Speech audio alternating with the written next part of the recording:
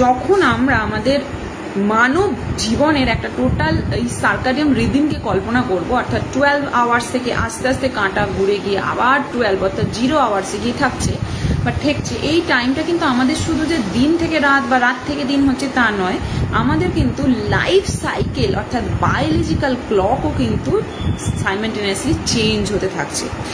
খেয়াল করে দেখবেন, সকালবেলা থেকে উঠে জেনারেলি আমাদের যে কাজগুলো থাকে সেইগুলো আমরা ধীরে ধীরে একটার পর একটা সময় অনুযায়ী কিন্তু করে থাকি। যেমন ব্রেকফাস্টের টাইম কি না, আমরা সকালবেলা উঠবো, ফ্রেশ হয়ে আমরা ব্রেকফাস্ট করবো, এটাই আমরা জানি। নেক্সট ডে টাইম যখন হয়ে যাচ্ছে বা দুপুরবেলা হয়ে যাচ্ছে, দেখুন ঘড়ির কাঁটা ঘুরছে, আমাদের কিন্তু লাঞ্চ টাইম হয়ে যাচ্ছে। মানে আমরা সবসময় সবকিছুর ক্ষেত্রে tea time, lunch time, break time, dinner time, whatever it is, এইগুলো আমরা বলতে থাকি। মানে সব কিছুর মধ্যেই টাইম কথাটা রয়েছে। দ্যাট ইজ সার্কাডিয়াম রিদিম বা সেই ছন্দ।